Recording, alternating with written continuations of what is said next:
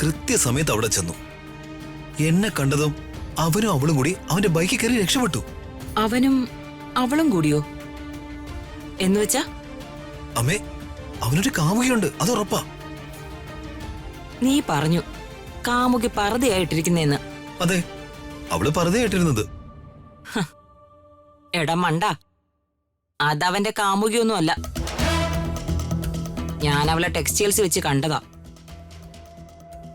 അതെ, പത്മ തന്നെയാ, അതിൽ യാതൊരു സംശയവും വേണ്ട.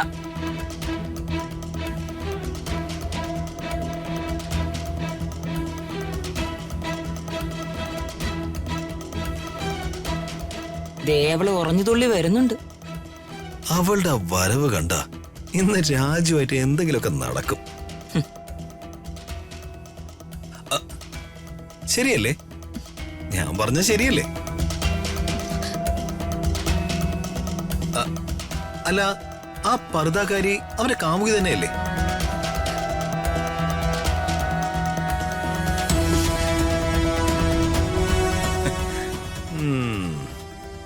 എന്തായാലും ആ പണിയേറ്റു.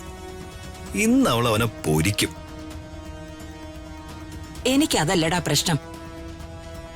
ആ പത്മയെ അങ്ങനെ വെറുതെ വിടുന്നതേ നമുക്ക് ആപത്താ.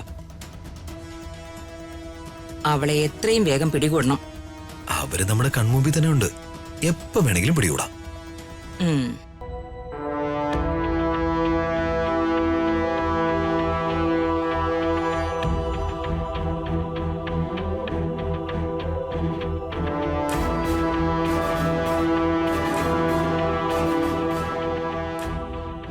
സംശയം ഒരു മെന്റൽ ഡിസീസാ. അത് പിടികൂടിയാ ചികിത്സിക്കാൻ വലിയ പാടാ.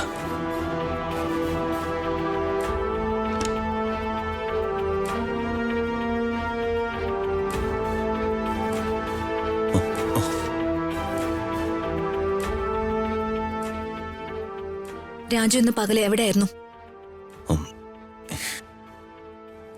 ആരോടൊപ്പമായിരുന്നു? ഞാൻ വർമ്മ സാറിന്റെ കൂടെ ആയിരുന്നു. ഇന്ന് പകലോ? അതെ, ഞാൻ സാറിന്റെ ഒപ്പം ഡ്യൂട്ടിയിലായിരുന്നു. രാജു പിന്നെ നാക്കെടുത്ത കള്ളമല്ലേ പറയൂ? കള്ളോ? അതെ, കള്ളം, പച്ച കള്ളം. രാജു ഇന്ന് അച്ഛന്റെ ഒപ്പം ഇല്ലായിരുന്നു. എന്താ മാഡം എന്നെ ഇങ്ങനെ സംശയിക്കുന്ന? ഞാൻ പിന്നെ എവിടെ പോവാനാ? ഞാൻ വർമ്മ സാറിന്റെ ഒപ്പമായിരുന്നു.